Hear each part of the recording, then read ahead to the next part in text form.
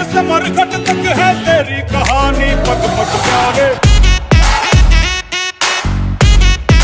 दंगल दंगल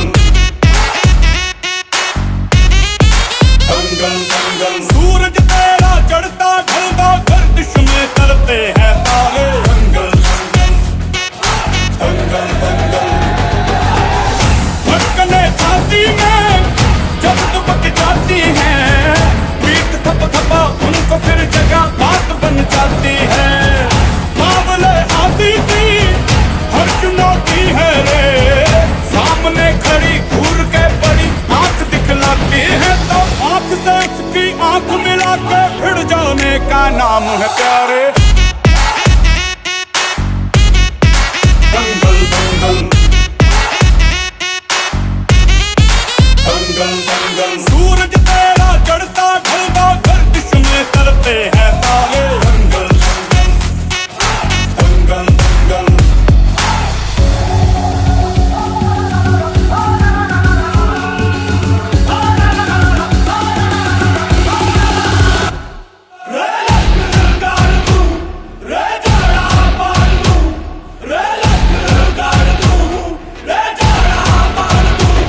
मजबूत भरोसा अपने सपनों पे करना, जितने मुंह उतनी बातें गौर कितनों पे करना। आज लोगों की बारी जो कहे कहने में दे, तेरा भी दिन आएगा उस दिन हिसाब चुका के रहना।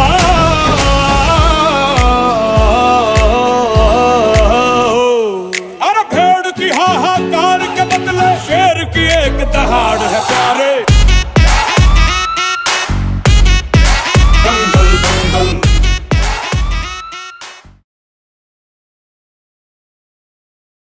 अंधेरा कितना भी घना क्यों ना हो, सिर्फ दीपक की एक लौ काफी है प्रकाश करने के लिए। मेरा बचपन भी उसी काले घने अंधेरे में भटक रहा था, जहां ना कोई ठौर था न ठिकाना। सर पर पिता के आशीर्वाद के नाम पर सिर्फ यादें थी।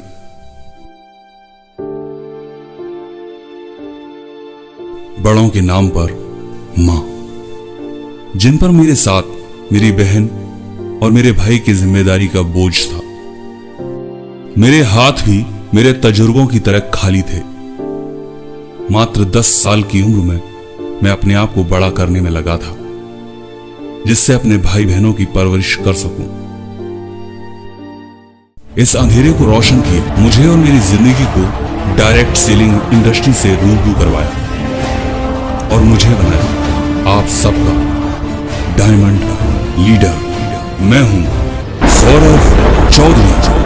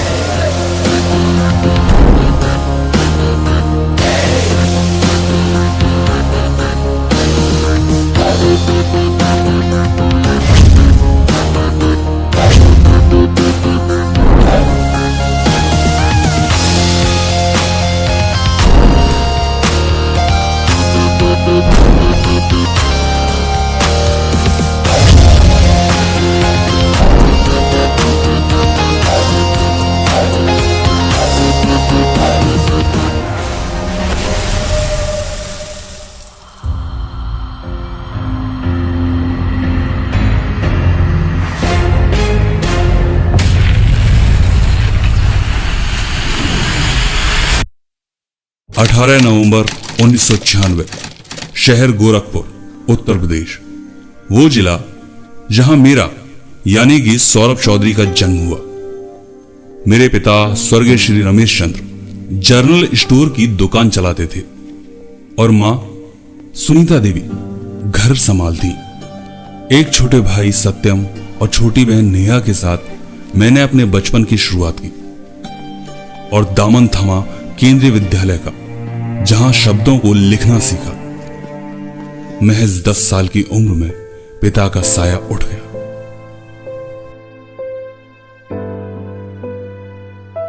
अब मां के आंचल के साथ चाचा महेश चंद का सहारा था, जिन्होंने हमारी जिम्मेदारी ली।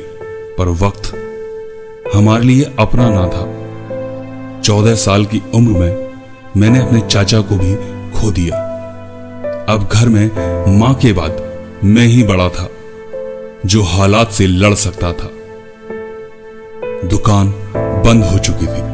अर्थ का कोई साधन नहीं था जिसका असर सीधे मेरी पढ़ाई पर पड़ा।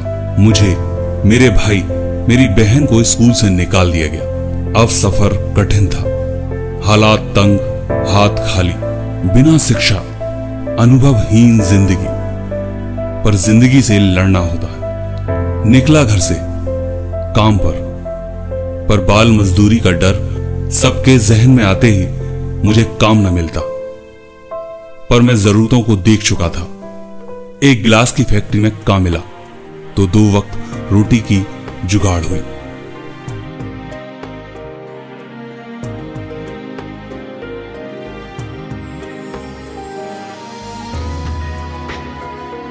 फिर मेडिकल स्टोर पर काम किया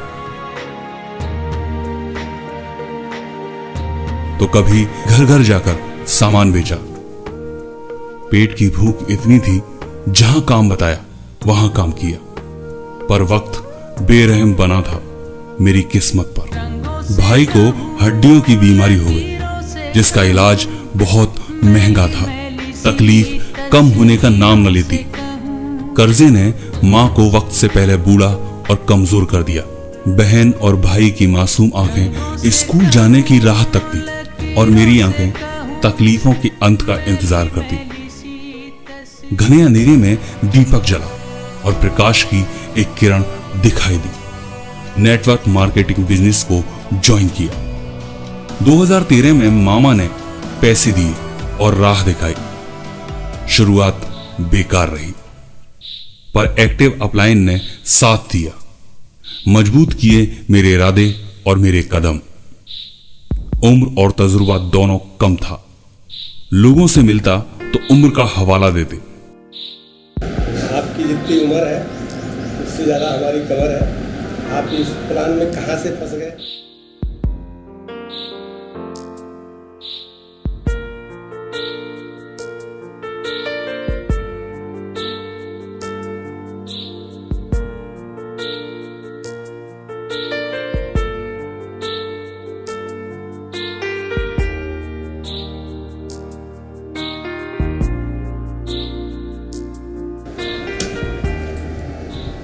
बच्चा, तू अभी बच्चा है। तेरे दूध के दांत भी नहीं टूटे हैं। मेरे बाल जो है टूट में नहीं सूखे हैं। तमाम कंपनियां आई और गई। तुम्हारा अभी पढ़ने की उम्र है। उम्मीद है टूटी हुई, तन्हाइयों का दौर है ख्वाहिशें बिखरी हुई, खामोशियों का शोर है। बुला ले अपने पास मुझे, ना आए जीना रास मुझे, क्यों तूने छीन लिया मुझसे मेरा जहां।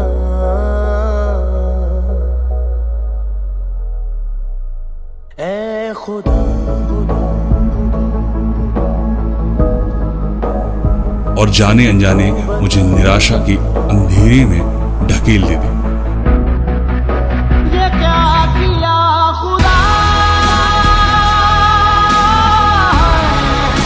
ये क्यों किया खुदा, बता मेरे खुदा। पैसों के अभाव ने रेलवे स्टेशन को छत बनाया,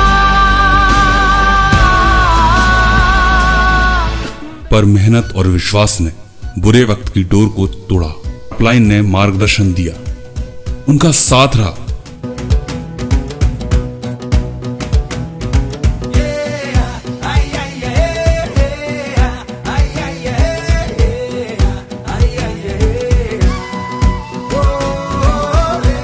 ऊर्जा और तजुर्बा दोनों साथ आए। लोगों का साथ मिला, मैं बना सेफ शॉप बिजनेस कंपनी में डायमंड लीडर।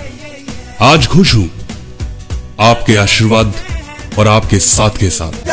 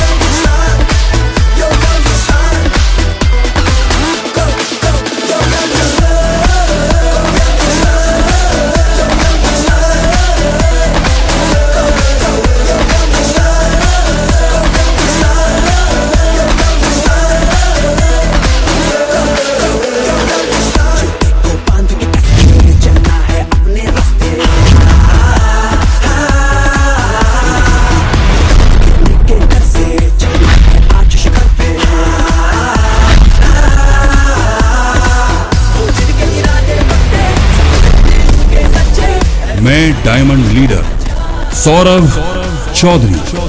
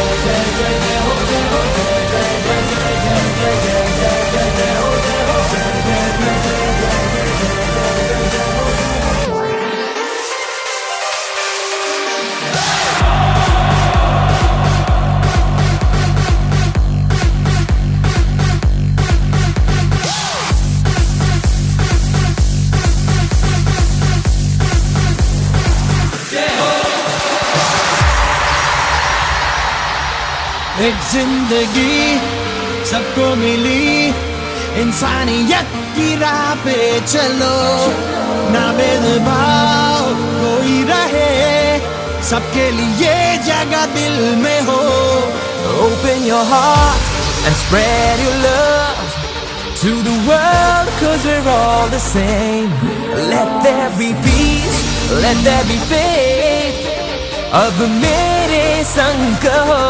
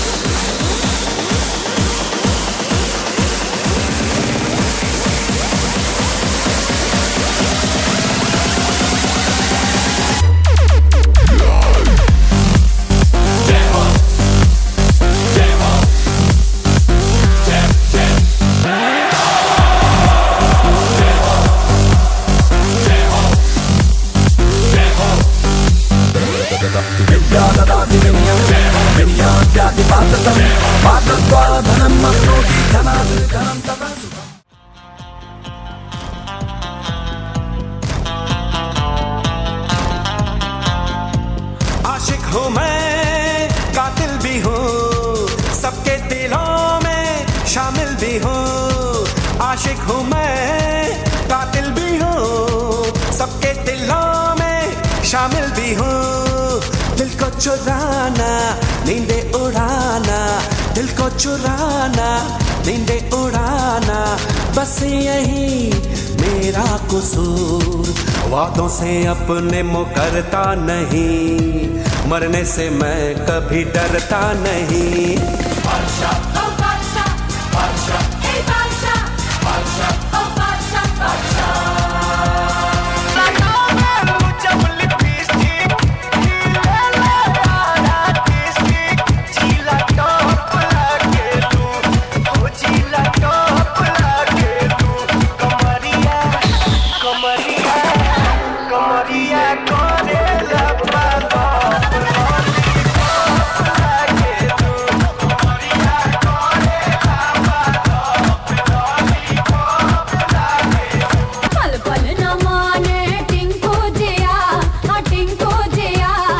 इश्क के मंजन घिसला पिया, पल पल न माने टिंको जिया, हाँ टिंको जिया। इश्क के मंजन घिसला पिया। ओ सर पे मस्ती चढ़ल ई दीवाना हो गइल, जवानी के महंगा खजाना हो गइल, कारी अखियन से कितना हंगामा हो गइल।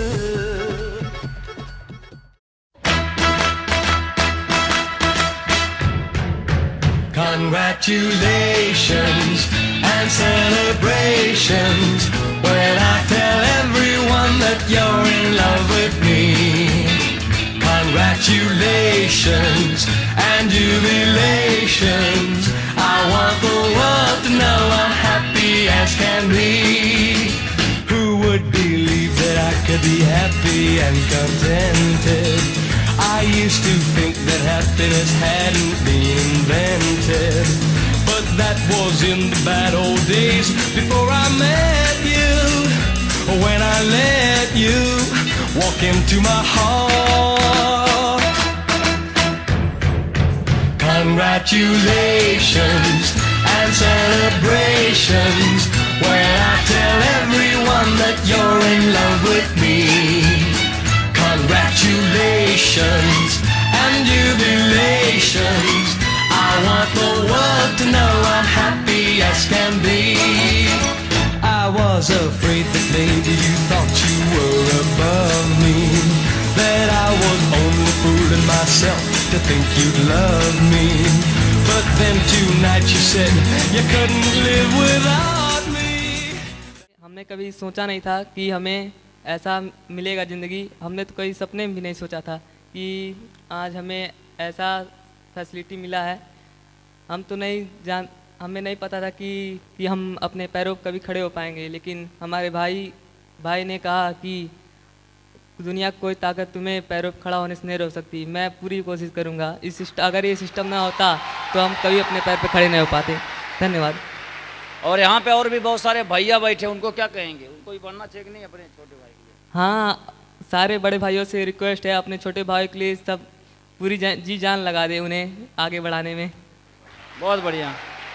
हमें अपने भाई को डायमंड बन देखकर बहुत अच्छा लग रहा है। जैसे कि आपने हम लोग की लाइफ की हिस्ट्री देखी, हम लोग की स्थिति कैसी थी और अब हमारी स्थिति कैसी है। मैं अपने मामा जी को बहुत धन्यवाद करना चाहती हूँ कि उनकी वजह से आज मेरे भाई इस सिस्टम में आए, और दीपक सर का धन्यवाद करना चाहूँगी कि उनकी वजह से आज मेरे भाई डायमंड बने हैं। बहुत बहुत धन्यवाद दीपक सर का। Thank you. आप सभी लोगों को नमस्कार। सौरभ आज यहाँ तक पहुँच गए हैं, बहुत खुशी है। और मैं सभी लोगों से यही रिक्वेस्ट करूँगी कि आपके चाहे भाई हों, चाहे मम्मी पापा हों, चाहे कोई भी हो, आप लोग सहयोग करें उन्हें इस बिजनेस में आगे बढ़ने के लिए। Thank you. हम सब गुरु लोगों को नमस्ते करती हूँ। आज मेरा बेटा डायमंड बन रहा है, हमको बहुत खुशी हो गया है। आज हम लोग का स्थिति नहीं था, जो हम लोग ये नहीं सोचे थे जो कभी हमारा लड़का हम लोग को ऐसा पहना सकेगा, कभी खिला भी नहीं सकेगा, ऐसा सोच भी नहीं सकते थे। लेकिन आज इस सिस्टम से मेरा लड़का सब कुछ भर दिया है मेरे घर में।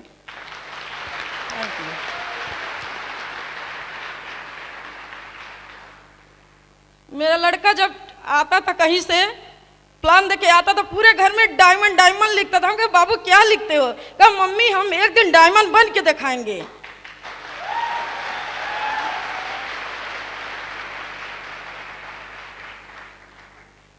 इतना हम लोग गरीब थे जो एक रोटी घर में रोटी नमक की भी व्यवस्था नहीं थी। कोई मदद नहीं किया, कोई रिश्तेदार मेरा मदद नहीं किया।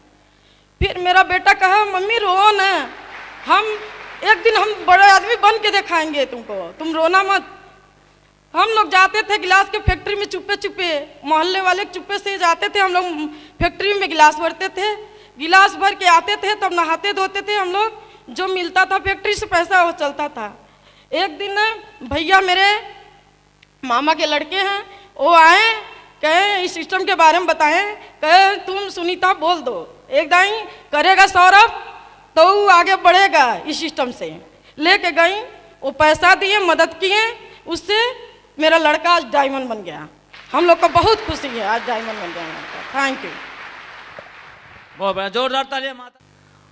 आप सभी को मेरा नमस्कार।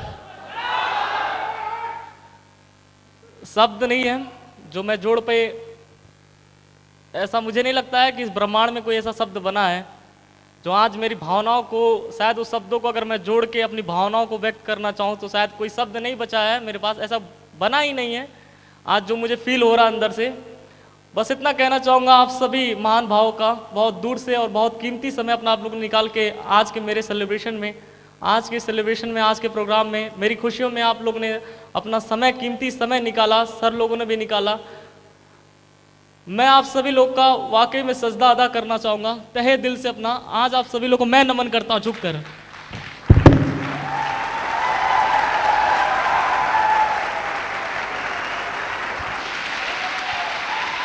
Thank you. आज यहाँ शायद मेरी जिंदगी के जितने खास लोग थे सभी यहाँ मौजूद हैं। मेरी प्यारी सी टीम, मेरे प्यारे से दमदार लीडर्स, मेरी प्यारी upline, mentor upline, role model upline, active upline, mother upline, जितने थे सारे आज मौजूद हैं आज।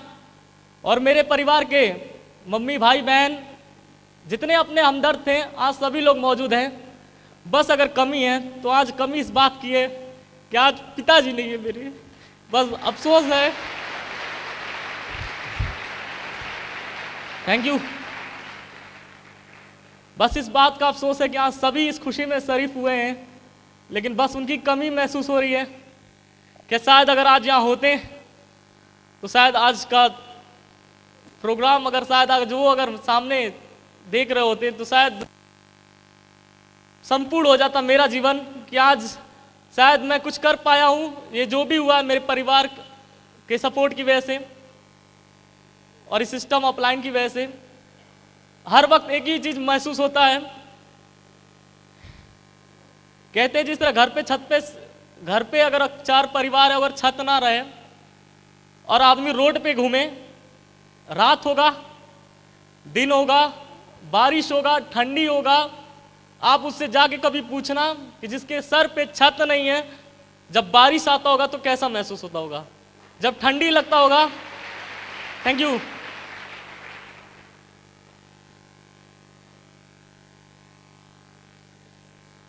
पिछले 14 साल से कुछ ऐसा ही महसूस कर रहा हूं।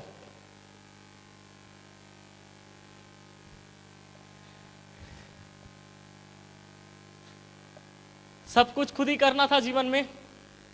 जब 7-8 साल के लगभग थे तो पिताजी तो दुर्भाग्य था मेरा, कितना दिन सर पिताजी का साथ था। लेकिन आज अगर सच कहूं तो इस धरती का सबसे पावरफुल चीज और सबसे ज्यादा इंस्पायर करने वाला और सबसे ज्यादा अगर मैं सोचूं, अगर कहूं सच में कि अमीर, गरीब, मिडिल क्लास, बहुत ज्यादा मध्यम गरीब और बहुत ज्यादा अमीर, पूरी संसार में अगर एक सबसे पावरफुल चीज की अगर मैं अपने दिल से बात करूं तो एक ही चीज कह सकता हूं, सबसे पावरफुल चीज मेरी जिंदगी में जो रही है वो मेरी मां रही है। मैं चाहूंगा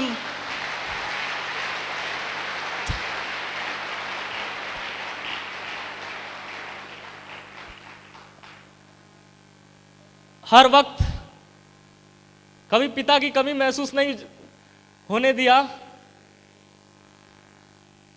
क्योंकि जब पिताजी गए थे, जब कोई भी घर पे आता था, आसपास के पड़ोस के लोग तो इतना बेकार नजर से देखते थे।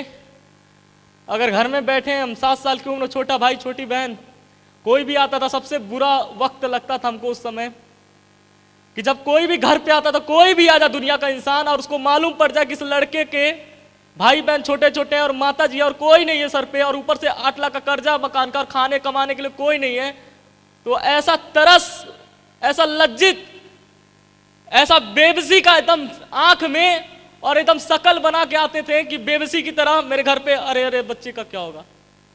वो क्षण बहुत बुरा लगता था कि जब हमारे घर में कोई आता था या हमारे बारे में कोई जानता था या पूछता था, तो हम ऐसी नजर से देखता था बेबसी की, बड़ा अजीब सा लगता था यार पता नहीं क्या हो गया है मेरी जिंदगी में कि जहां जाता हूं लोग तरस खाते हैं, तरस कि बच्चे का भगवान भला कर दे। और एक जिंदगी वो थी, चल रही थी जिंदगी, कुछ खास मिल नहीं रहा था जिंदगी के अंदर, क्योंकि परिवार में मैं हूं, माता जी हैं, छोटा भाई छोटी बहन है बस। और आज माता जी भाई बहन के अलावा अगर मैं कहूं सच्चाई से, तो कोई दिखा नहीं इस पूरे 150 करोड़ की आबादी भारत की, कोई अपना नहीं दिखा जब पिताजी छोड़ के गए जो संभालने के लिए, और हमारे घर में कोई इतना योग्य नहीं था जो घर को चला सकता था। लेकिन अगर 150 करोड़ की जनसंख्या में पूरे 29 राज्यों के अंदर ना जाने कितने प्राणी रहते थे, कितने जीव रहते थे, बहुत लोग रहते थे, अच्छे अमीर बुरे सब तरह के लोग रहते थे, लेकिन इस परिवार को कोई मदद करने नहीं आया था। और जो आया था, आज मैं बहुत ज़्यादा सौभाग्यशाली हूँ और ऋणी हूँ उन लोगों का, जब इस पूरे संसार में कोई मदद के लिए नहीं था, जब बिल्कुल ख़त्म था मेरा परिवार, एकदम जीरो पे थे, कुछ नहीं था खाने पहनने ओढ़ने के लिए, उस समय मेरी नानी नाना ने बहुत साथ दिया था, और मेरी मौसी, मैं चाहूँगा इन लोगों के लिए एक जोरदार तालियां होनी चाहिए।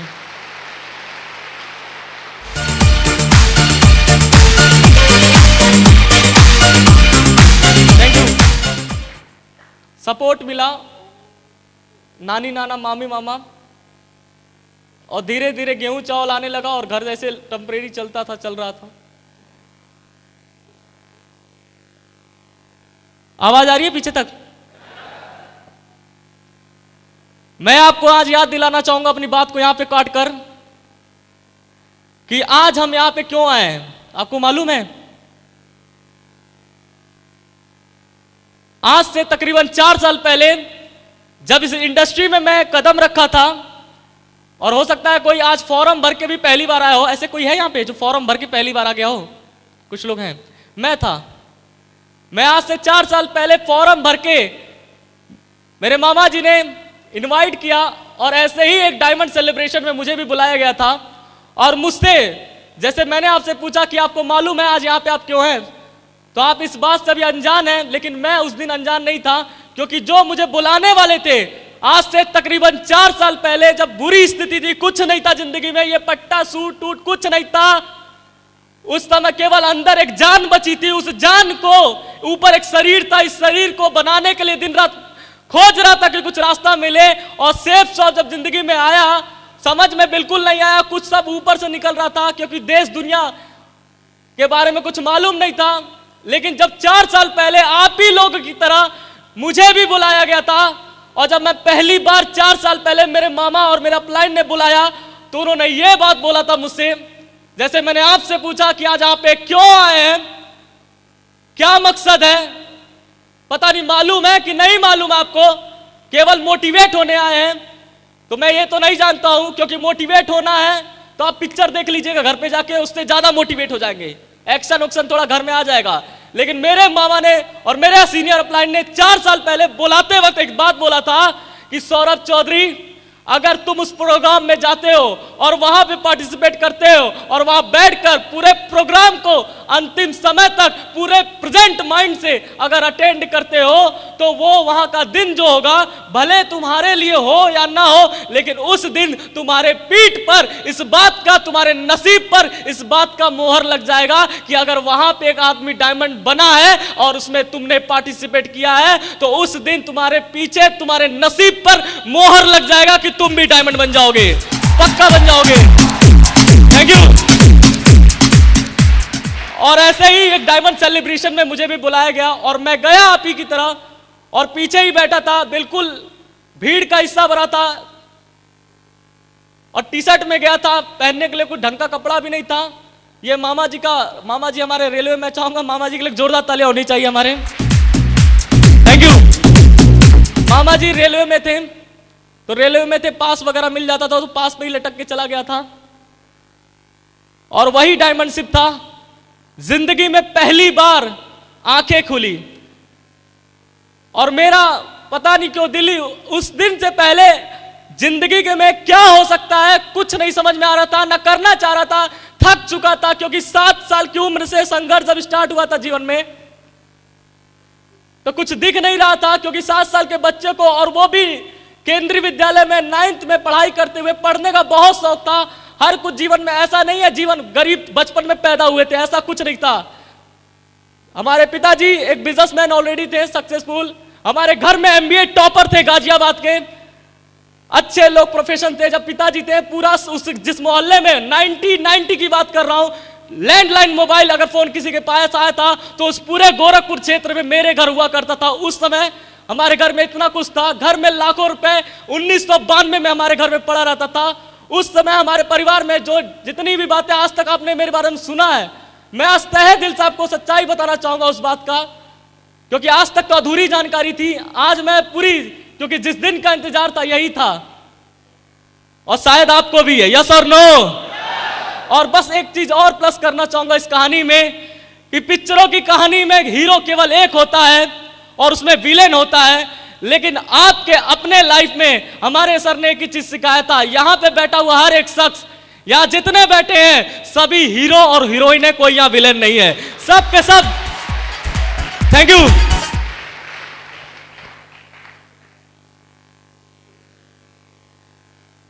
प्लान मिला 4 साल पहले,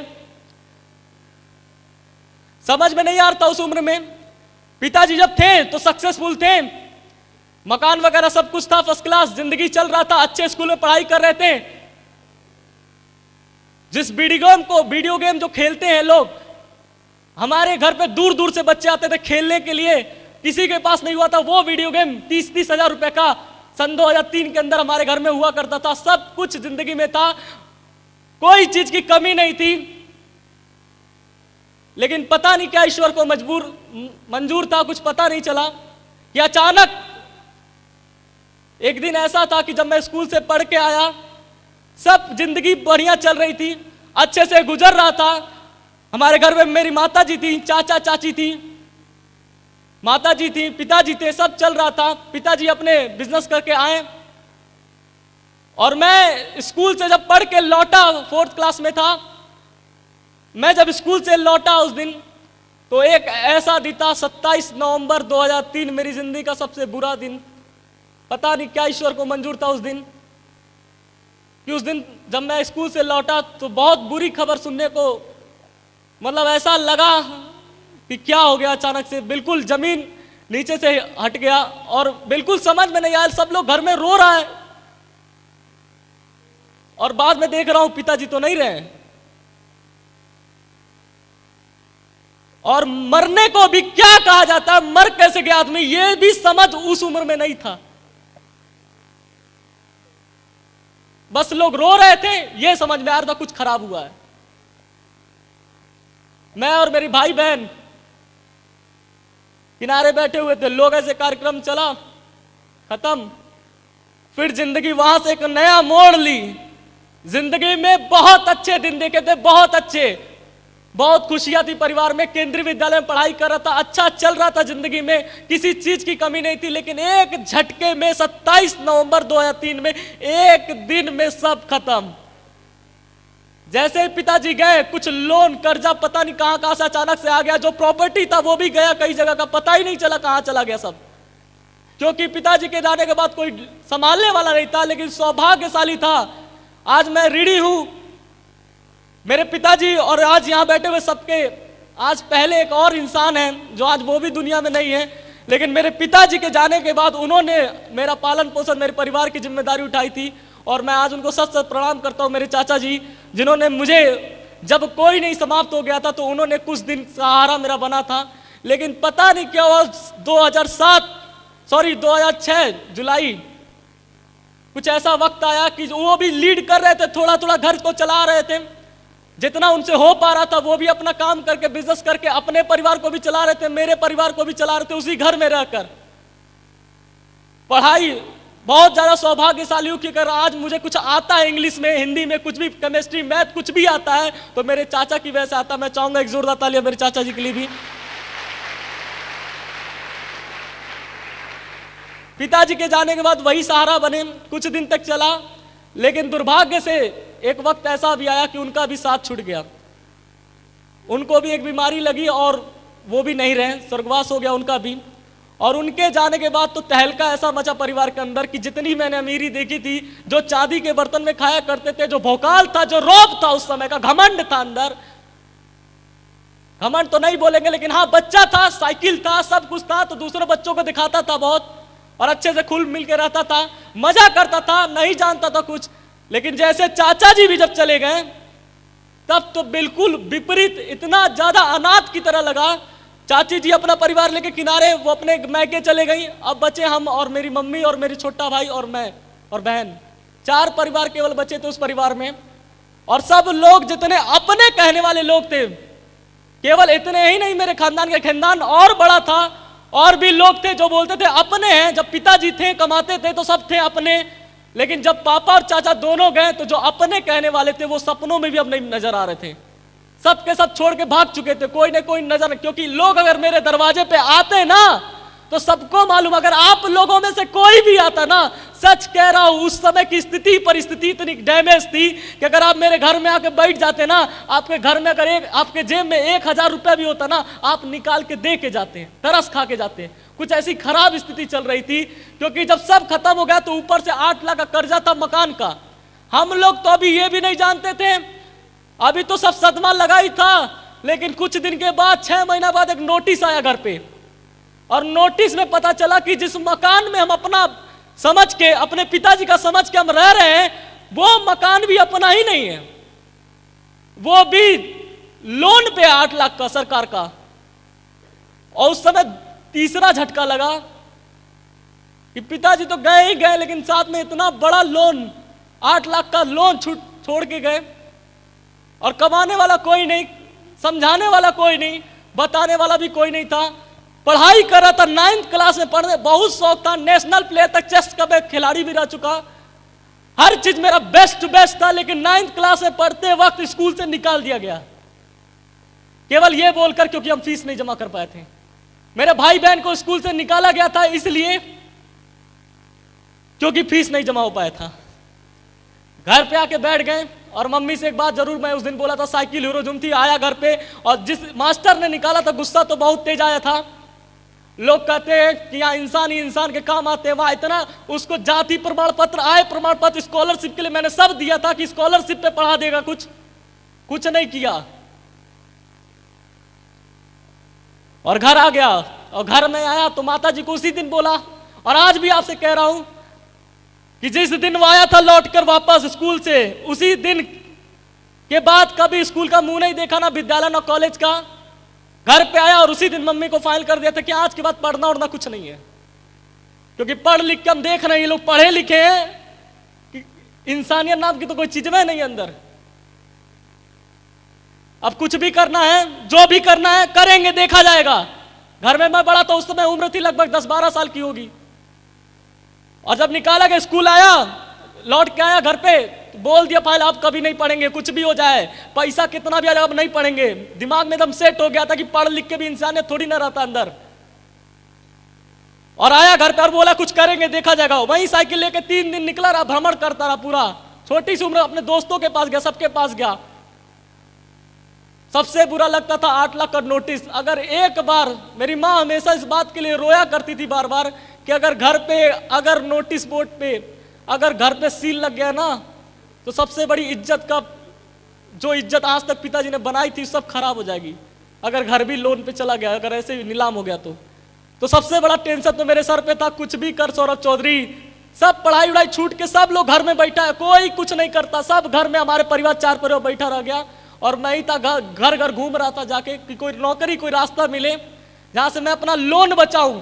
ये 8 लाख का घर नहीं बचेगा तो हम तो सीधा फुटपाथ पे दिखेंगे। समझ में नहीं आ रहा था, लेकिन जितना दुनिया के लोग बताएं सब कुछ करने के लिए मैं गया।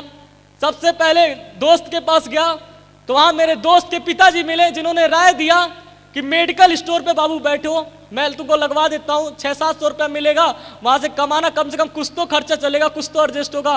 वो भी ट्राई किया, दिन भर बैठ के किया। माता जी जैसे बताई फैक्ट्री में, तो सुबह अगर 9 बजे वहां बैठना होता था, शाम को लौटिए, फिर वहां रात में फैक्ट्री के अंदर जाइए। और ठंडी में वो भी जाते थे माता जी के साथ, क्योंकि दुनिया के नजर से बच के जाना रहता था। बच के इसलिए, कॉलोनी था पूरा विकास नगर कॉलोनी मोहल्ला था, उस मोहल्ले में बहुत देखने वाले लोग थे। और एक जमाना था जब अपना दिन भी था, लेकिन जब दिन खराब हो गया तो लोग कहने के लिए भी तैयार थे, बहुत हंसने के लिए तैयार थे। तो मेरी माँ का एक सबसे बहुत महत्वपूर्ण चीज था सम्मान, वो सम्मान कभी ना जाए, इसलिए रात में हम लोग जाते थे कि जाएंगे छोटा बोट गिलास फैक्ट्री के अंदर भरेंगे, लोगों को मालूम भी नहीं पड़ेगा और अपना काम भी हो जाएगा। तो 300-400 उधर से आते थे और 600 इधर। और एक वक्त आया, सबसे बुरा वक्त मैं कह सकता हूं कि पता नहीं दिमाग में क्या ख्याल है, और एक दिन में और जॉब करने का शौक आया, पढ़ा लिखा होने के बावजूद भी, क्योंकि मैं ऐसा समझता हूं कि आज के युग में बहुत ज्यादा टैलेंटेड होंगे, बहुत ज्यादा वेल एजुकेटेड होंगे, तब जाके सरकार पूछती है यस और नो, तब तो हम किसी के काम आते हैं, नहीं तो ऐसे तो हम घर पे निकम्मे बैठे ही हैं। बस ऐसे चल रहा था। उस समय कुछ नहीं मिला, मेडिकल स्टोर पे भी नहीं चला, तो मेडिकल स्टोर पे कोई और आ गया और मेरा काम पता नहीं उसको अच्छा नहीं लगा, शायद मैं बात नहीं कर सकता था, डील नहीं कर पा रहा था कस्टमर को, सामान कुछ ऊपर रखा था मैं पा नहीं पाता था, तो उनको निकाल दिया वहां से। फिर उसके बाद दूसरा खोजे तो दूसरा कुछ मिल नहीं रहा था, पैसा जल्दी चाहिए था, तो जल्दी चाहिए था, अभी चाहिए था, तुरंत चाहिए था, समय नहीं था अपने पास, खाने के लिए नहीं था, तो उस समय कुछ नहीं मिला। तो एक आदमी मिला रास्ते में चलते हुए, पूछा कहाँ था, निराश हो, चलते हुए रोड पे मिला, निराश कहाँ हो? हम बोले आपसे क्या मतलब? तो वो बोल रहा है, थोड़ा तगड़ा हट्टा कट्टा था। फिर पूछा बताओ बताओ अगर कोई बात हो तो। अच्छा भला ही आदमी था, लेकिन फिर बता दिया कि हमको कमाने का कोई जरिया, कोई नौकरी चाहिए। तो बोला मेरे पास है, करोगे? हम बोले हाँ बताइए, अच्छे आदमी आप लग रहे हैं। फिर उसने क्या बताया, मैंने कभी जीवन में नहीं सोचा था कि ये वक्त, और मेरी माँ भी नहीं सोची थी कि ये वक्त आएगा। मैं उसको घर पे सीधा लेके आया, मैं घर पे उसको लेके आया कि अच्छा आदमी है। मम्मी गेट खोली, उसको बैठाई, मम्मी पूछी अंदर ले कौन है आदमी? तो हम बोले नौकरी दिलवाएंगे, कुछ काम दिलवाने को बोल रहे हैं। तो मम्मी आई, वो बोला ठीक है तुम्हारी मम्मी से बात कर लेते हैं। और वो आए और मम्मी और हम आए बाहर, और फिर मम्मी पूछी क्या करना होगा। कभी जीवन में सोचा नहीं था कि ये वक्त भी आएगा, लेकिन उसने जब जवाब दिया ये बोला कि हमारे पास टेम्पू है, टेम्पो हम चलाएंगे धर्मशाला से लेके सोनौली तक, गोरखपुर में एक जगह है, और उसमें तुमको कुछ नहीं कहना है, बस तुमको बैठना है और चिल्लाना है कि यहाँ सोनौली सोनौली सोनौली। और अगर तुम बस चिल्लाओगे तो तुमका एक दिन का 45 रुपया देंगे। सच बता रहा हूं, बुरा तो बहुत लग रहा था, लेकिन कुछ मिल ही नहीं रहा था। चलते हैं, इसको मना लिया, कोई दिक्कत नहीं है, और माता जी को बताया भी नहीं, चला गया। एक दिन ये बोली छोड़ दो, मत करना, कोई जरूरत नहीं है। लेकिन हम तो गए, हमको तो पाना है भाई, 45 रुपया आएगा कम से कम, वही तो है दिन का। और मैं गया, अपना चिल्लाना आ नहीं रहा। दुर्भाग्य से जब पहले ही दिन गया, तो पहले ही दिन उस रूट पे निकला, और पहले ही दिन में मेरा दोस्त मिल गया उसी टेम्पू पे। वो ट्यूशन कोचिंग पढ़ के, मैक्सवेल कोचिंग है राजेंद्र नगर, वहां मिल गया। और वो जब मिल गया तो अब मैं कैसे चिल्लाऊं? चिल्लाऊंगा तो लटूरा जान जाएगा और मजाक उड़ाएगा फिर जाके स्कूल में।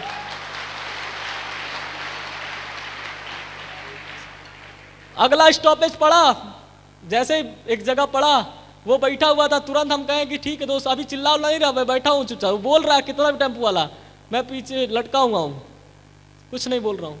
और बोला अभी आ रहा हूँ। जैसे एक जगह था बरगदवा, वहाँ मैं उतरा और वहीं से गायब हो गया। फिर उसको दोबारा नजर नहीं आया, वो भी गया हाथ से। फिर ढूंढा, भागा भागा भागा, फिर कुछ नहीं मिल रहा था।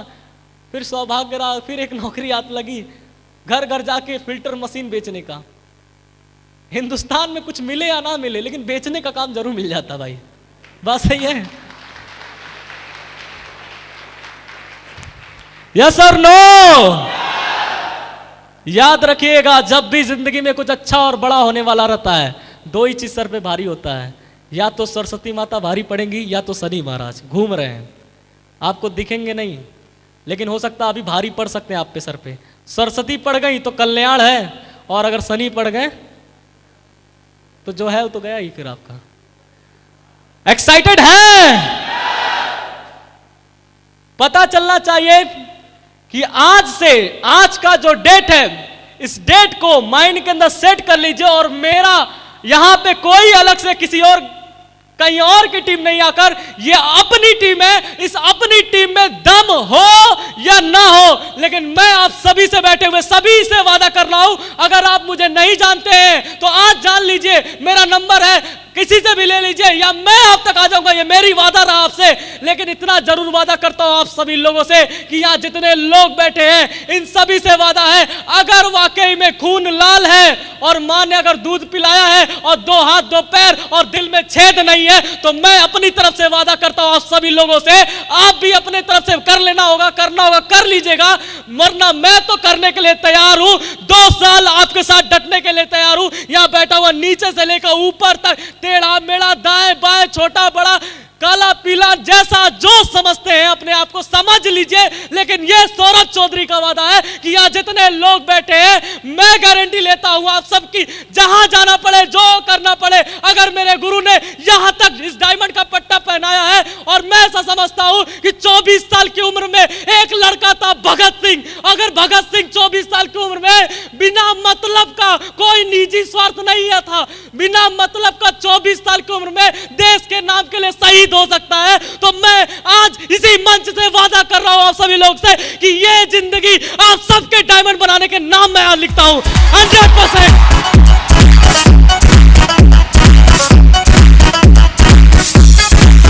Thank you. क्या आप साथ देने के लिए तैयार हैं?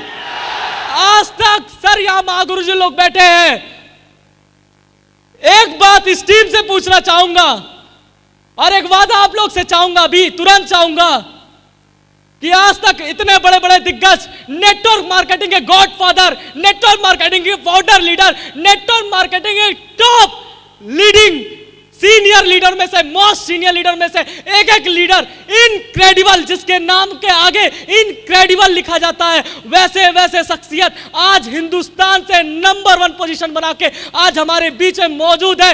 इनकी टीम लाखों और करोड़ों में है, और इन लोगों ने बहुत दुनिया देखी है और पूरा देश देखा है, हर एक इंसान को देखा है, गरीबी से अमीरी सब दुनिया इन लोगों ने देखा है। हम चाहेंगे आप लोगों की तरफ से आज अपने इस मेंटर लोगों को कमिटमेंट करना इस बात का कि ज्यादा नहीं सर, इसी टारगेट में इस टीम को नंबर 1 बनाकर दिखाएंगे हम लोग 100%।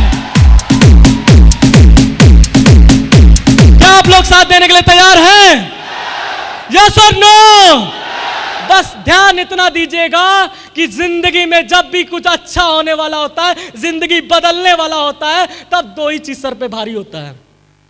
अब देख लेना आप पे क्या भारी होने वाला है। सही है? तैयार है? अभी आधे हैं, बजट नहीं खुल पा रहा है, और आपका नहीं खुलेगा तो मेरा भी नहीं खुलता है, क्योंकि जैसे जब कुत्ता भौंकता है ना तो कौन आता है? जैसे कुत्ते अगर भौंकेंगे तो कौन आएगा? बिल्ली तो आएगी नहीं, कि शेर आ जाएगा? कुत्ता ही आएगा। और जब बिल्ली म्याऊं म्याऊं चिल्लाएगी तो कौन आएगा? बिल्ली आएगी। और जब शेर दहाड़ेगा तो क्या आएगा? तो आप क्या मानते हैं मैं नहीं जानता हूं, लेकिन मैं अपने अपलाइन का पक्का शेर हूं मैं, और आपको बस इतना वादा करना चाहूंगा, अगर थैंक यू, क्योंकि इस बिजनेस में मैंने एक बात सुनी थी और हमेशा सुनता रहता हूं कि जो इस मंच पे पहुंचता है वो कोई हल्का फुल्का इंसान तो नहीं पहुंचता होगा भाई, यहां तक जो पहुंचता है वो पक्का मर्द होता है, दमदार वाला मर्द। बाकी थैंक यू। बाकी घर में चिल्लाने वाले मर्द बहुत मिलते हैं, मैं मर्द हूं, मैं मर्द हूं। अबे मर्द है तो पहले जिससे शादी किया है, जिसके घर में तेरा बेटा आया है, जिसके घर में तेरे माँ बाप है, अगर दम है तो इस मंच पे आके देखा और उनके सारे सपने पूरे करके देखा, तब तो माने मर्द है। यस और नो? तो क्या आप लोग साथ दे सकते हैं? पीछे वाले भाई साहब लोग बहुत ज्यादा डर लगता है उन लोगों से जो बुद्धिजीवी लोग होते हैं। सबसे खतरनाक लोग होते हैं बुद्धिजीवी लोग। आज के समझदार लोग तो चल जाता है, लेकिन बुद्धिजीवी लोग ऐसा टकटकिया लगा के बैठे रहते हैं, पता नहीं क्या खोज रहे हैं यहां पे। जिसको जो चाहिए शायद मिल रहा है, लेकिन लीजिए तो सही। साथ है आप लोग?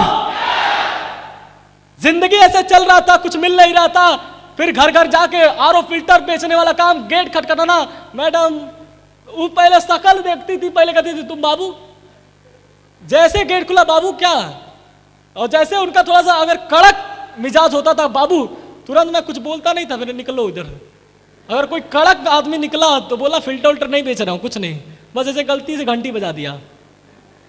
और कोई हल्का नरम मिजाज का मिल जाता था तो बजा देता था घंटी, और उनका भी बजाता था कि मेरे पास एक मशीन है।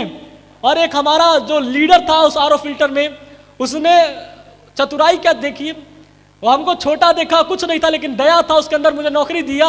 और वो ये भी जानता था कि एक भी नहीं बेचेगा, पक्का है। लेकिन वो बहुत अच्छे इंसान थे। उन्होंने मुझे एक मशीन दे रखी थी कि पानी के अंदर जैसे डालोगे, लोगों को तो डेमो मुंह से बताना पड़ता, तेजी से कन्विंस करना पड़ता है, लेकिन उन्होंने एक मशीन दे रखी थी कि पानी में उनके घर जाना, मग्गे में पानी लेना और उस मशीन को लगा देना, सीधा काला हो जाएगा और तेरा बिक जाएगा जो बेचना चाहता है। Thank you. और यहां कुछ लोग बैठे हैं जिनके घर में मैंने प्रयोग किया था। Thank you.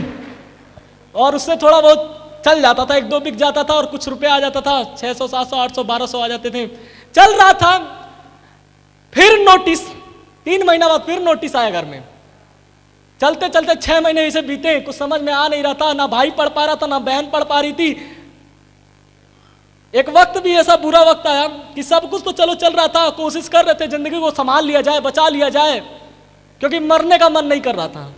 क्योंकि जिस कंडीशन में था, मतलब मर जाना ही ठीक था, लेकिन मरने का दिल नहीं कर रहा था अपना, क्योंकि बहुत लाशें घर में देख चुका था। दादी गई, पिताजी गए, चाचा गए, अभी अपने को जाने का दिल नहीं कर रहा था। लेकिन कंडीशन बहुत खराब था, समझ में नहीं आ रहा था क्या किया जाए। क्योंकि अगर भगवान गरीब बनाया होता, पूरे जन्म से अगर गरीब रहते ना तो अच्छा लगता।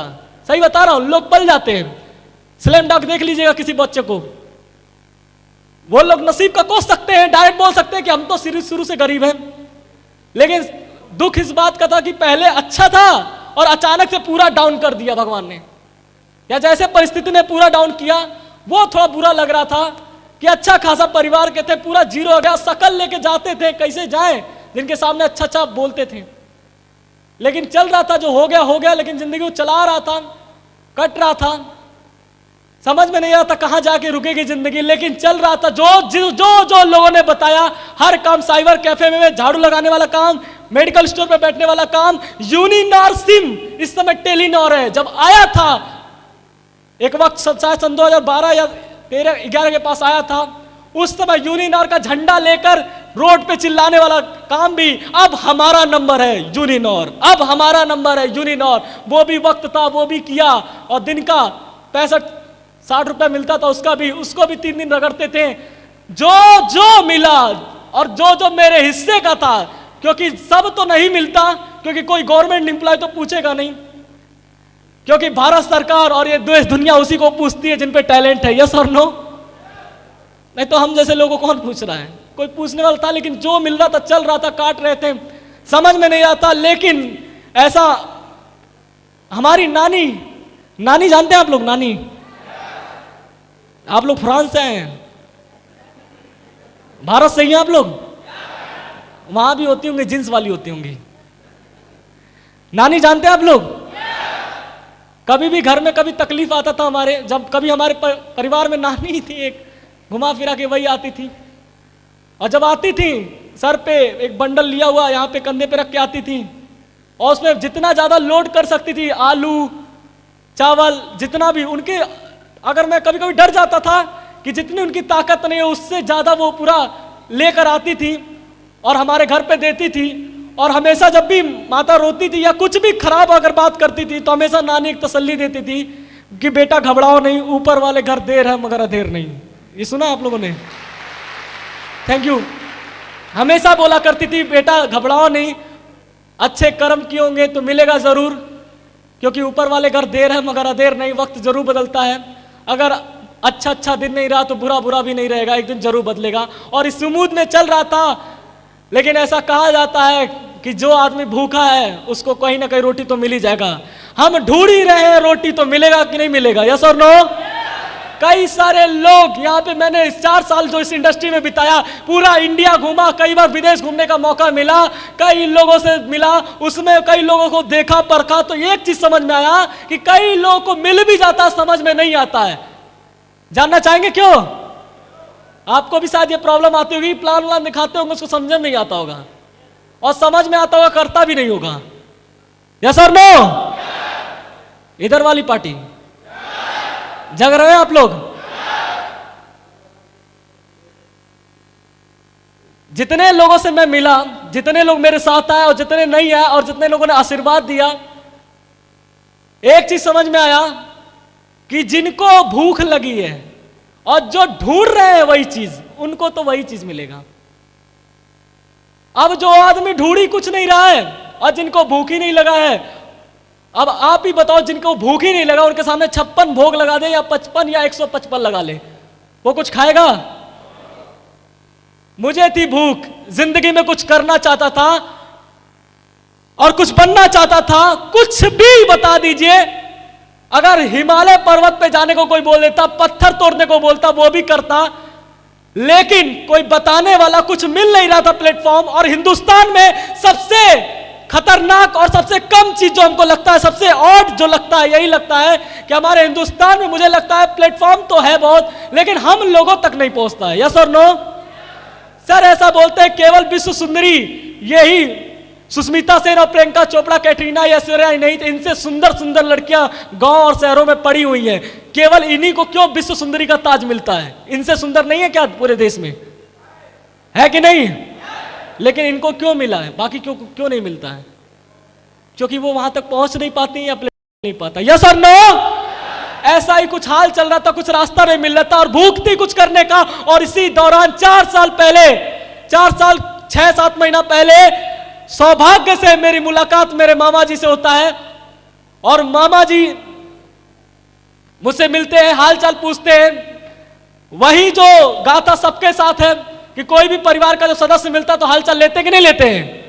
उन्होंने हालचाल लिया, लेने के बाद पूछा क्या चल रहा है, बस यही बता, जितनी दुख गता थी सब बता दिया। लास्ट में बोला जिंदगी बदलना है। मैंने बोला हाँ। आपसे अगर कोई यही सवाल पूछता है जिंदगी बदलना चाहते तो आप क्या बोलते? आप पता नहीं बोलते हैं कि नहीं बोलते, लेकिन हम तो पक्का बोले, मुंह फाड़ के बोले कि यहां बदलना है, बताइए। और उन्होंने बोला कि आ जाना संडे को। तो मधुर मिलन मैरिज हॉल एक जगह था, साइकिल से गया और देखा, कुछ समझ में नहीं आया। फिर 2 दिन के बाद फिर घर पे आए, फिर समझाने के लिए आए, और वहां पे बैठ के मैं और मेरी मम्मी को समझा, फिर भी समझ में नहीं आया। लेकिन हाँ इतना समझ में आ रहा था कि कुछ करके पैसा यहां से कमाया जा सकता है।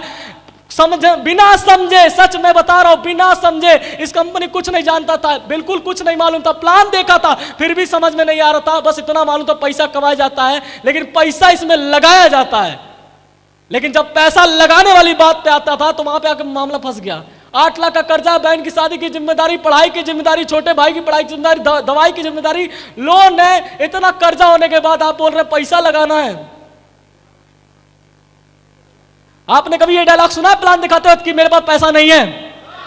सुना है?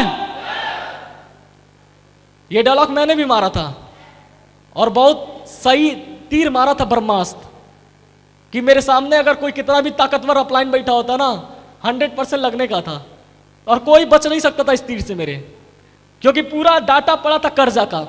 मैं उनको बता दिया पैसा ही नहीं है तो आप बिल्कुल भूल जाइए कि हम जैसे लोग इस कंपनी में जुड़ सकते हैं, क्योंकि इसमें जुड़ने के लिए पैसा लगाना पड़ता है और पैसा तो बिल्कुल था ही नहीं मेरे पास। लेकिन वाकई में अगर आज मेरे खून का एक एक कतरा अगर निकाल दूं ना तो मैं उनका धन्यवाद नहीं दे पाऊंगा कभी जीवन में। मेरा परिवार उनके लिए आज ऋणी है, बहुत ज्यादा ऋणी हूं मैं उनका, और मरते दम तक रहूंगा कि पैसा ना होने के बावजूद भी, समझ ना होने के बावजूद भी, ना जाने मेरे मामा के मन में और मेरी मामी के मन में पता नहीं क्या ख्याल आया कि उन लोगों ने मेरा पैसा भी लगा दिया इस बिजनेस में।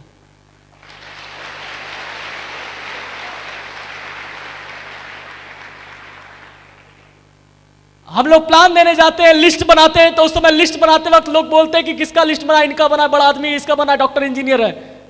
आप बताइए, अगर मेरा मामा अगर यही लिस्ट बनाते तो क्या 16 साल 17 साल के बच्चों को उस समय जोड़ते हैं, ज्वाइन कराते हैं, प्लान दिखाते? तो आज एक बात तो मैं आपसे कह सकता हूं कि अगर 17 साल की उम्र में मैं उस समय ज्वाइन करके इस बिजनेस में, और मेरे मामा ने अगर प्लान नहीं दिखाया होता और साथ नहीं दिया होता, तो शायद मैं कभी जीवन में यहां तक नहीं पहुंच सकता था। कोई भी, हजारों लोग आते, प्लान देते, निकल जाते, मोटिवेट करते, निकल जाते, लेकिन मामा जी स्पेशल थे मेरे लाइफ के लिए। वो आए, प्लान दिए ही नहीं, समझाए ही नहीं, सपोर्ट ही नहीं किए, बल्कि पूरा पेमेंट भी लगाए और अपने गाड़ी पे बैठा के जहां जहां प्लान मिला था उन्होंने साथ दिया। और मैं चाहूंगा अब तक की सबसे जोरदार तालियां मेरे मामा मिस्टर हीरालाल जी के लिए।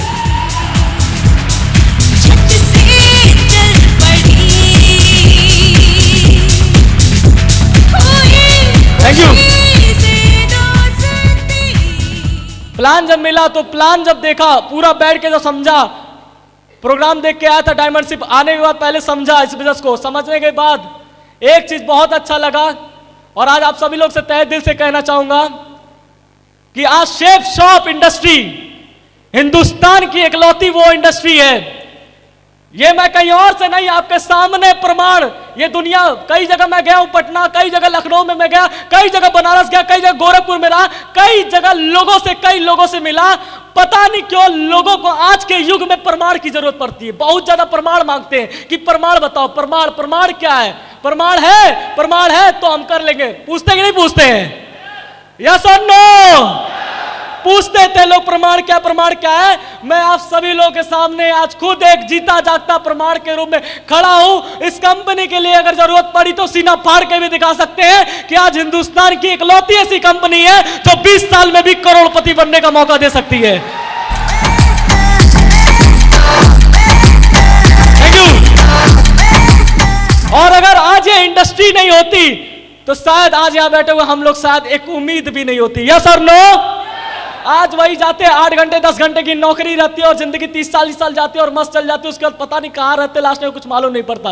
बात सही है? और मेरा तो भाई पूछना नहीं, मेरा कहा जाता तो हमको खुद नहीं मालूम था, लेकिन शेफ शॉप इंडस्ट्री मेरी लाइफ में आया और इंडस्ट्री तो आया आज हमारे बीच में। आज हम सभी लोग का सबसे ज्यादा सौभाग्य, आज बहुत बड़ा दिन है। आप लोग को मालूम पता नहीं है कि नहीं है, लेकिन मैं आप तहे दिल से कहना चाहूंगा कि आज इस इंडस्ट्री के लिए इस भारत में 29 राज्य है, 29 राज्यों में कई प्रदेश है, एक प्रदेश उत्तर प्रदेश और उसमें एक राजधानी लखनऊ, और उस लखनऊ में भी कई करोड़ लोग की जनसंख्या, और करोड़ों की जनसंख्या में आज पूरे हिंदुस्तान से छटकर हम और आप यहाँ पे आके बैठे हैं। तो इसका कहीं ना कहीं कारण शेफ शॉप है, और इससे भी बड़ा कारण यह है क्योंकि कंपनियां तो बहुत आ जाती है, लेकिन उसको घर घर इंसानों तक पहुंचाने वाले बहुत कम मर्द आते हैं, बहुत कम लीडर आते हैं, बहुत कम लोग होते हैं जो लोगों को घर से खींचकर इस कंपनी के बारे में बताएं और मोटिवेट करें और डायमंड बनाएं और एक नया मिशन तैयार करें।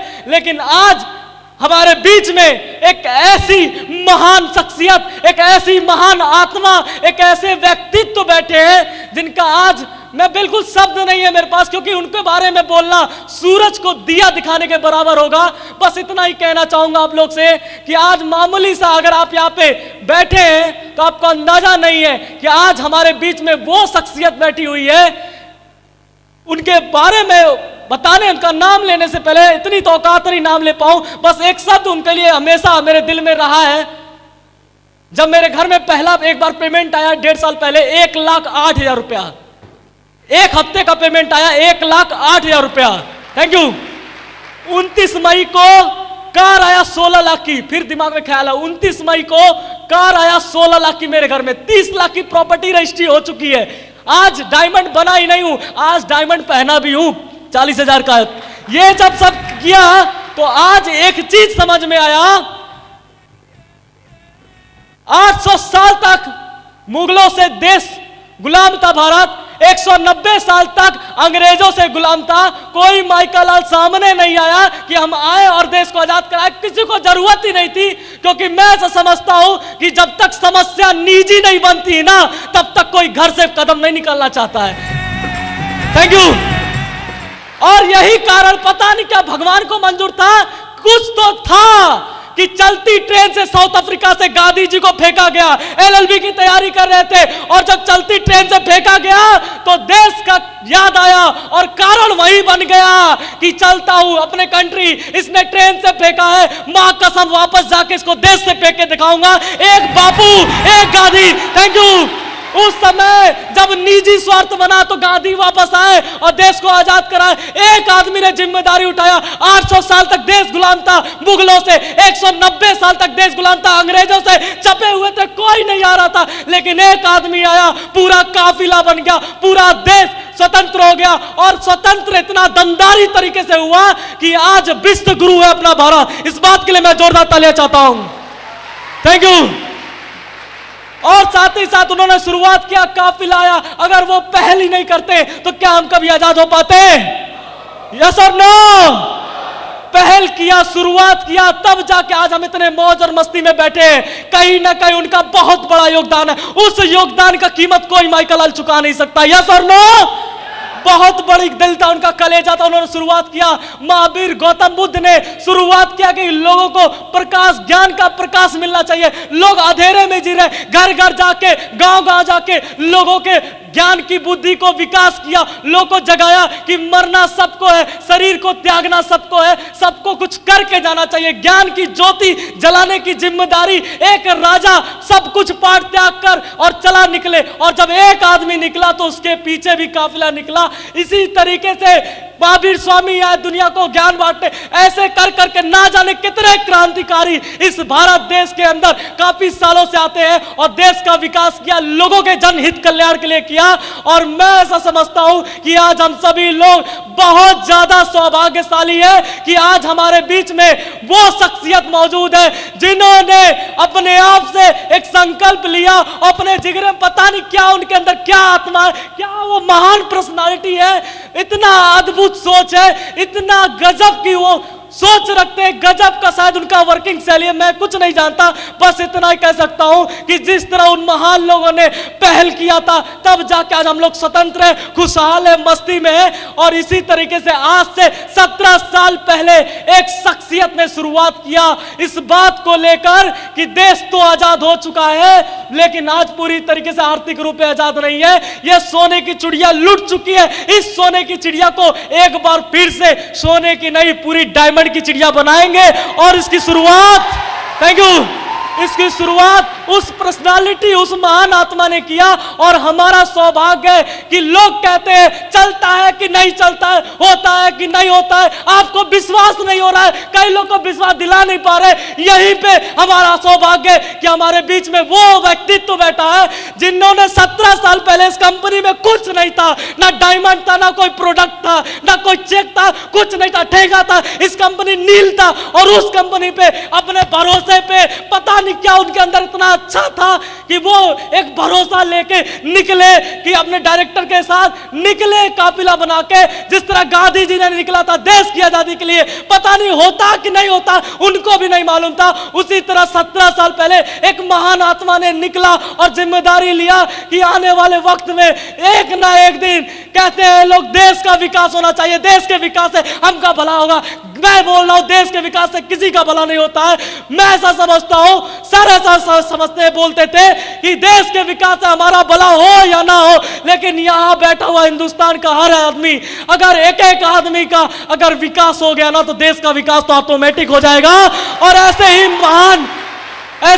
महान पर्सनालिटी, महान आत्मा हमारे बीच में मौजूद है जिन्होंने एक दिन जीरो से इस कंपनी में कुछ नहीं था वहां से शुरुआत किया। और वो हमारे परम पिता हैं। उस भगवान को तो मैं नहीं जानता हूं, लेकिन हमारे बीच में आज दो भगवान मौजूद हैं जिनके वजह से आज लाखों लोग, जिनका खून का कोई रिश्ता नहीं है, जिनको शकल से जानते तक नहीं है सर लोग, लेकिन उनकी वजह से आज हम जैसे करोड़ों लोग आज अमीर बन पाए, अपनी जीवन में लग्जरी लाइफ ले पाए। मैं चाहूंगा अपनी सीट से खड़े होकर श्री राजीव चतुर्वेदी सर के लिए एक जोरदार तालियां होनी चाहिए। अल्लाह बोलकर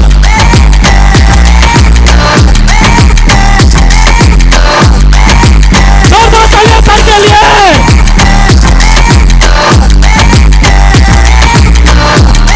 thank you. Thank you, thank you. और आज उस पर्सनालिटी, आज ऐसी महान व्यक्ति में, आज हम सब के टीम के, रॉयल ड्रीमर्स टीम के, आज सर के बारे में क्या बोलूं। मैं तो सर को, सर मुझे नहीं जानते थे, इतना छोटा सा बिजनेस में आया था। एक तो ऊपर से भी छोटा, उम्र से भी वैसे नहीं दिखता था इनको, और जब कंपनी में जुड़ा तो वैसे भी इनके पास 40-50 हजार लोग थे, वैसे भी नहीं दिखता था। जब वैसे भी छोटा हूं, किसी को नहीं दिखता हूं, और सर की टीम में जब जुड़ा तब भी नहीं दिखता था। लेकिन सर का हमेशा इंस्पिरेशन, हमेशा इनकी प्लानिंग, सर के साथ हमेशा बैठने, कभी ना कभी थोड़ा सा सुनने का भी मौका मिल जाता था। पता नहीं क्यों सर को सुनने के बाद सर की एक बात बहुत प्रिय है मुझे, और उसी बात की वजह से आज मेरे अंदर का कॉन्फिडेंस, लोग बोलते हैं इतना आता कहां तुम्हारे अंदर ऊर्जा, तो मैं आज आप लोगों को खुल के बताना चाहूंगा कि असली कॉन्फिडेंस, एक बार गोरखपुर में सर ने प्रोग्राम लिया था और पहली बार मैं अटेंड किया था, और सर ने जो कहा था उस बात की वजह से मेरे अंदर कूट कूट के मेरी बुनियादी कॉन्फिडेंस इतनी जबरदस्त हो गई। और मुझे लगता है अगर वो बात आज आपके साथ शेयर करूं तो आपकी भी हो जाएगी शायद। यस और नो? सर हमेशा एक बात बोलते हैं, आज हिंदुस्तान के टॉप लीडिंग नंबर 1 मेंटर में से एक है, और उनकी एक बात ने मेरी जिंदगी बदल दी है। और वो सर ने एक ही बात हमेशा बोला है जबरदस्त तरीके से, कि अगर आपको इस बिजनेस को करते वक्त यहां से भरोसा नहीं है तो किसी को मत फंसाना। अगर आपको आज भी लग रहा है, अगर आपको नहीं लगता आप डायमंड नहीं बन सकते, आपको लगता है फंसाने का दम्बा है, टोपी पहना है, चैन से, अगर ये फालतू चीज अगर यहां लगता है तो आज ही छोड़िए, साड़ी सूट घर में पहनिए, बैठे रहिए, कोई दिक्कत नहीं है। लेकिन सर का ये हमेशा कहना होता था, यहां से भरोसा नहीं तो फंसाना नहीं, लेकिन अगर यहां से भरोसा हो तो साला किसी को छोड़ना भी नहीं, किसी को नहीं छोड़ना। Thank you. बुलंद इतना कि हर तकदीर से पहले खुदा बंदे से खुद पूछे बता।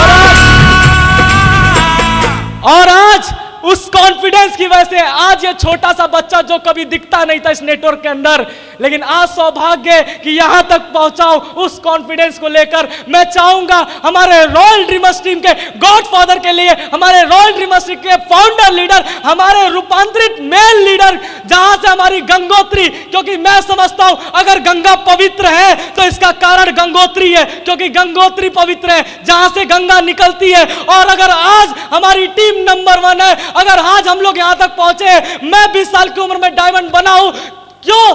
अगर मैं यहां तक पहुंचा हूं तो हमारा जो सीनियर है, हमारी जो नस्ल है शुरुआती तौर की, वो दमदार है, वो मजबूत है, वो ग्रेट है। और उस great personality Shri Madhav sir के लिए एक जोरदार ताली होनी चाहिए। अल्लाह बोल के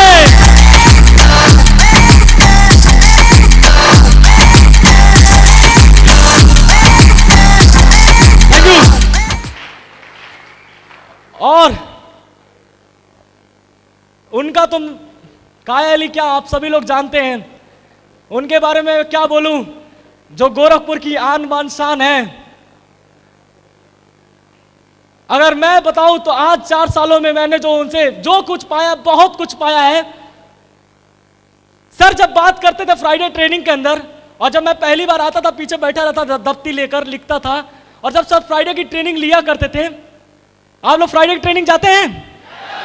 मैं फ्राइडे की ट्रेनिंग जब जाता रहता था तो सब जब ट्रेनिंग लेने आते थे, इतना गजब का, मतलब जब वो बात करते थे तो एक स्पिरिचुअल बात, मतलब आध्यात्मिक तौर से अगर मैं मजबूत आज यहाँ हूं, क्योंकि मैं टूट जाता था, जल्दी बिखर जाता था, कोई भी बात करना था आंख से आंसू निकल आता था, कमजोर लगता था, मैं अंदर से मजबूत नहीं था बिल्कुल भी, कम उम्र था, दुनियादारी के बारे में मालूम नहीं था, बोलना चलना आता नहीं था, डरता था। लेकिन अगर मैं मजबूत हुआ हूं तो उस शख्सियत की वजह से जब भी मैं उनसे ट्रेनिंग लेता था तो अंदर से इमोशनली रूप में पूरा मुझे मजबूत करने का जो काम और जिनका श्रेय जाता है, मैं चाहूंगा हम सबके गोरखपुर की आन और बान श्री शान श्री परशुराम सर के लिए एक जोरदार ताली होनी चाहिए।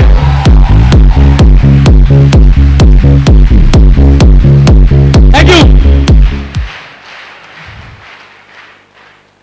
और अब बात उनकी है, क्योंकि कभी जीवन में मैं यहां कुछ नहीं हूं, मैंने कुछ नहीं किया, सच बता रहा हूं। मैं इस बिजनेस में आया हूं, चुपचाप से बैठा हूं, कुछ आता जाता नहीं है। ना पैसा कौड़ी था, ना कोई जायदाद था, ना कोई सपोर्ट करने वाला, कुछ नहीं था। जो भी था यही लोग थे। और आज सौभाग्य है कि आज आपको सुनने का मौका मिलेगा। क्या आप लोग तैयार हैं? हमको सुनिएगा मत, इतना समझने की जरूरत नहीं है। ये देख लिए बेल्ट 20 साल में पहन सकते हैं, तो ये बात मान लीजिए सब पहनेंगे यहाँ पे। तैयार हैं? लेकिन जिनको सुन के मैं यहां तक पहुंचा हूं, उनको सुनना बहुत जरूरी है। और आज जब इस बिजनेस में ज्वाइन किया था, तो इस बिजनेस में चलना बोलना नहीं आता था, तो उंगली पड़ के इस बिजनेस में मैंने जो चलना सीखा है, सबसे पहले लिस्ट बनाना सीखा उस शख्स से। प्लान कैसे देते हैं मार्केट में, मेरे अंदर डर था, प्लान नहीं देता था कभी। बोलता था लोग पता नहीं क्या बोलेंगे, बाबू समझ के भगा देंगे। एक बार गलती से प्लान फोल्डर लिया मामा जी से और चला गया, और प्लान देने जिसके पास गया, सोचा सर ने बोला था भेड़ों की झुंड नहीं बनाना, शेरों की झुंड बनाना। क्या? शेरों की झुंड, भेड़ों की झुंड मत बनाना, दमदार लोगों को पकड़ना। और मैं भी दमदार लोगों को पकड़ने के चक्कर में एक 38 साल के आदमी के पास चला गया, नौकरी वाले के पास, और उसको गया, प्लान दिखाया। जिंदगी में पहली बार प्लान दिखाया, किसी चीज का प्लान दिखाया। आज तक किसी चीज का प्लान नहीं दिखाया था, लेकिन पहली बार जिंदगी में प्लान दिखाया। और जैसे ही प्लान दिखाया, 5 मिनट एकदम मुस्कुरा के सुन रहा था, लेकिन जैसे पूछा हूं, भाई फॉर्म है और उस फॉर्म को भरना है और तुरंत ज्वाइन करना है। कौन सा पैकेज लेंगे आप, सूट वाले में या साड़ी वाले में? जैसे ये बात निकला लेंगे क्या, उतने में तो भड़क गया। मतलब मैं ऐसा सोच रहा हूं, मैं प्लान दिया हूं, मैं देखा कि लोग 17 साल से अमीर बन रहे प्लान दिखा के, मैं भी चलता हूं प्लान दिखाने की कोशिश करता हूं। पहला प्लान जैसे दिखाया, ऐसा भड़का जैसे लगा कि उसका मतलब बाइक का मैंने हवा निकाल दिया हो, टायर का। भड़क गया इतना तेजी से, और बड़ा अजीब सा लगा कि हमने पूछा कब ज्वाइन करेंगे, हमारा प्लान 5 मिनट में खत्म, क्योंकि सीखा होगा था नहीं, जो इतना मन में आया सब बता दिया, 2 बनाना है, 8,000 रुपये लगाना है, इतना करके बनाना है। 5 मिनट प्लान खत्म किया, लेकिन जब वो उधर से प्लान शुरू किए, तो आधा घंटा तक अपना प्लान सुनाया हमको। और वो आधा घंटा तक हमको ये प्लान सुनाया कि ये बलवा जो है ना सफेद, जो सफेद हुआ है धुपवा में बैठ के सफेद नहीं हुआ है। तुम्हारा जितना उम्र है ना, उससे के ज्यादा हमारा कमर है।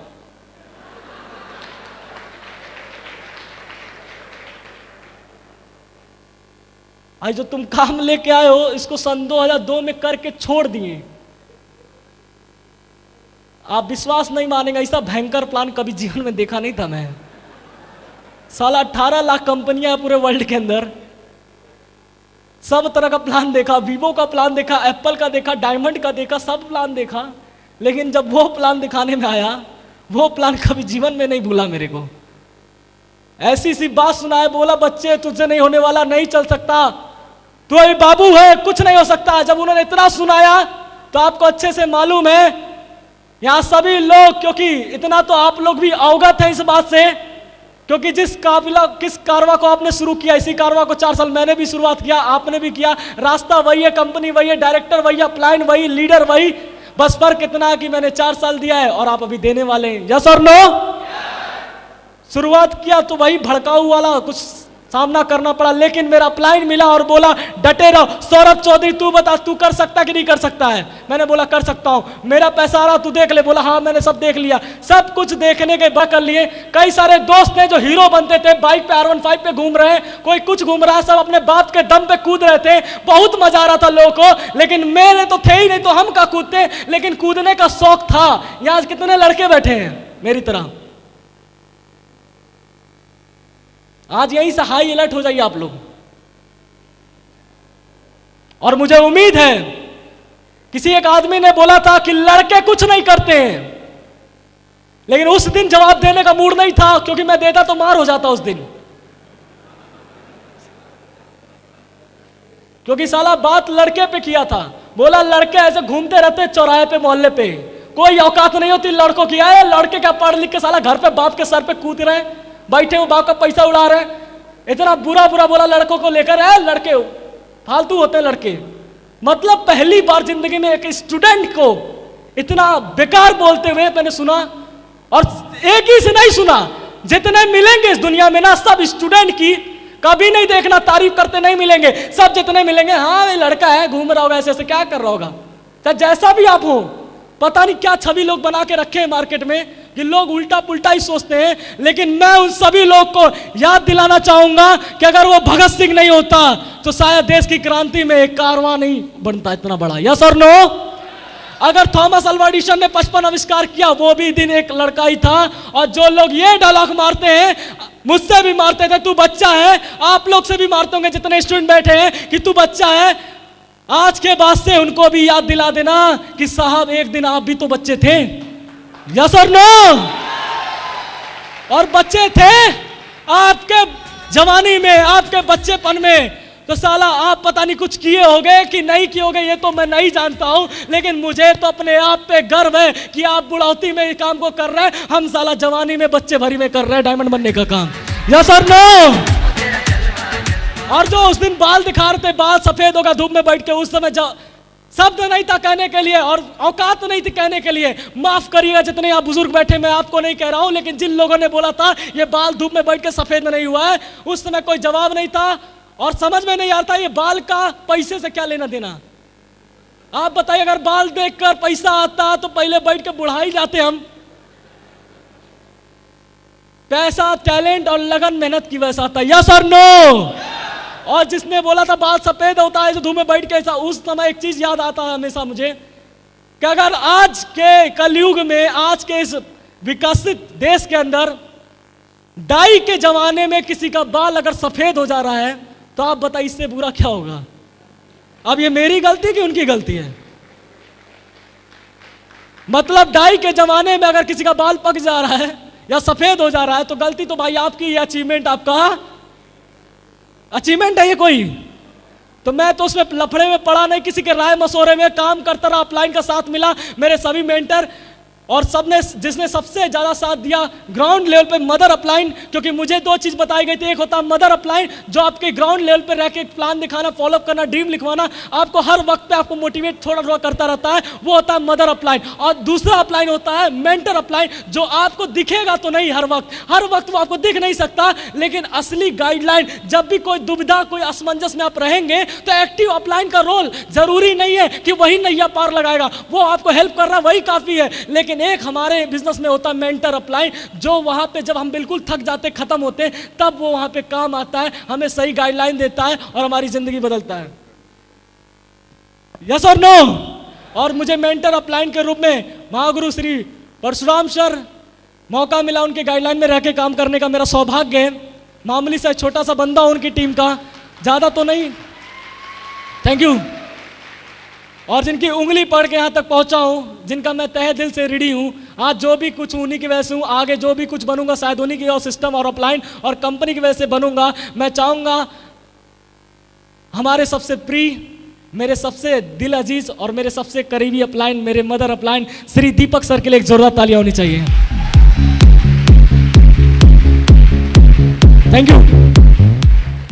और आज हमारे मेंटर में एक और अपलाइन जिन्होंने हर वक्त फ़ोन पे मोटिवेट करते रहे, जब भी मिले एक पिता के समान मुझे आशीर्वाद देते रहे कि बनोगे बनोगे, एक दिन ज़रूर बनोगे। कम ही मुलाकात होता था लेकिन जितना होता था तुम्हें बहुत ज़्यादा आशीर्वाद देते थे और शायद आज उनके आशीर्वाद की वजह से मैं यहाँ तक पहुँच पाया हूँ। श्री गणेश पाल सर के लिए एक जोरदार तालियां होनी चाहिए। Thank you.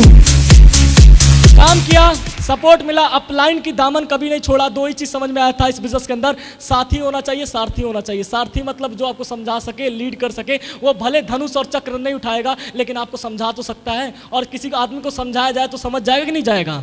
अब गधे को समझाया जाए, बैल को समझाया जाए, शायद वो नहीं समझेगा, लेकिन इंसान तो समझ सकता है। मैं था इंसान, कोई आया सारथी और मुझे अपलाइन समझाया और मुझे बनाता था साथी। तो सर ने बोला एक सारथी पकड़ लो और साथी बनाते चले जाओ। वो साथी बनाओ जो मजबूत हो, वो साथी मत बनाओ जो मजबूर हो, क्योंकि अभी देश सेवा करने का वक्त नहीं है, अभी खुद की जिंदगी बदलने का वक्त है। खुद की जिंदगी बदले रहेगी तो दूसरे को बदल देंगे। मैंने सिस्टम पे रख के काम शुरुआत किया। फ्राइडे की ट्रेनिंग, संडे का प्लान बराबर अटेंड करता रहा, प्रगति पथ किताब को डेली पढ़ता रहा। मुझे ऐसा बताया गया IPS PCS बनने के लिए लोग इतनी मोटी मोटी किताबें पढ़ सकते हैं, तो मैं भी इस बिजनेस में 8 लाख कमाने के लिए इतनी मोटी तो किताब पढ़ ही सकता हूं। ये कमेंट मैंने लिया अपने आप से।